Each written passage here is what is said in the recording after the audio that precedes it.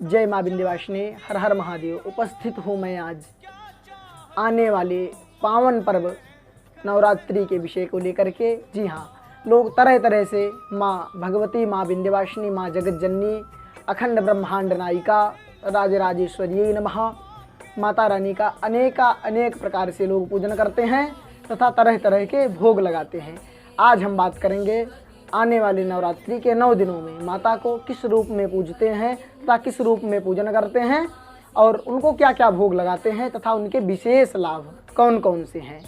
आप प्रायः पंचमेवा, धूप, दीप, नैवेद्य तथा अनेक प्रकार से लोग अपने श्रद्धा विश्वास पूर्वक माता रानी का पूजन करते हैं। भगवती को कुछ विशेष भोग अर्पण कर क्या फल प्राप्त होने वाला है, इसी क्रम में सर्वप्रथम कहा जाए नवरात्रि के प्रथम दिवस में माँ जगत जननी के शैलपुत्री के रूप का पूजन करते हैं तथा शैलपुत्री रूप में पूजन करते हैं। कहा जाता है, शास्त्रों में वर्णन है, यदि माता रानी को जी हाँ उस दिन घी अर्पण करते हैं, विशेषकर घी का भोग लगाते हैं, घी अर्पण करते हैं तो समस्त रोगों का विनाश हो जाता है तथा रोग मिट जाते हैं और माँ आदिशक्ति, माँ भगवती की कृपा प्राप्त होती है।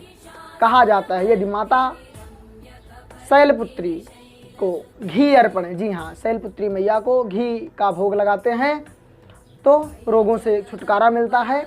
इसी क्रम में नवरात्रि के दूसरे दिन में माँ जगत जननी को ब्रह्मचारिणी के रूप में हम आप पूजन करते हैं। जी हाँ, ब्रह्मचारिणी के रूप में पूजन करते हैं तथा यदि मैया को उस दिन हम आप शक्कर का भोग लगाते हैं तो आयु की प्राप्ति होती है, आयु में वृद्धि होती है तथा माँ जगत जननी अखंड ब्रह्मांड नायिका माँ विंध्यवासिनी की कृपा सदैव बनी रहती। तथा इसी क्रम में जी हाँ, इसी क्रम में तृतीय दिवस में जी हाँ माता का चंद्र घंटा के रूप में पूजन करते हैं। जी हाँ, कहा जाता है दूध से बनी मिठाइयाँ तथा खीर, जी हाँ यदि माता को खीर अर्पण करते हैं उस दिन तो कहा जाता है समस्त दुखों से छुटकारा मिल मोक्ष की प्राप्ति होती है, दुखों का नाश हो जाता है।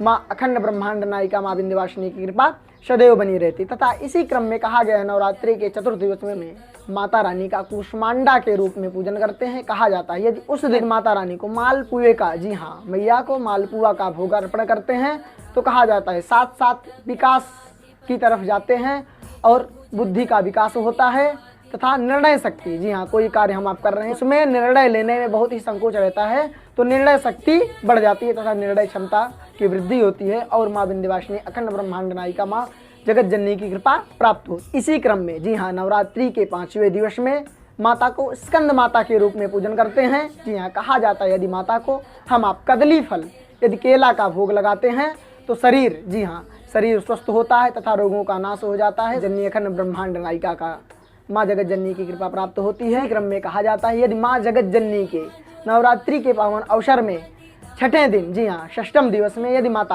षष्ठम दिवस में माता को कात्यायनी रूप में पूजन करते हैं।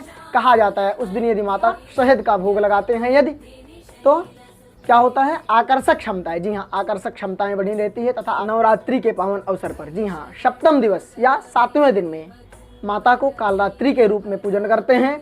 कहा जाता है यदि माता माँ जगत जननी ब्रह्मांड नायिका अखंड ब्रह्मांड नायिका कालरात्रि मैया को यदि गुड़ का भोग लगाते हैं तो कहा जाता है आने वाले संकटों से छुटकारा मिलता है तथा माँ जगत जननी की कृपा प्राप्त होती है और माता रानी की कृपा सदैव बनी रहती है।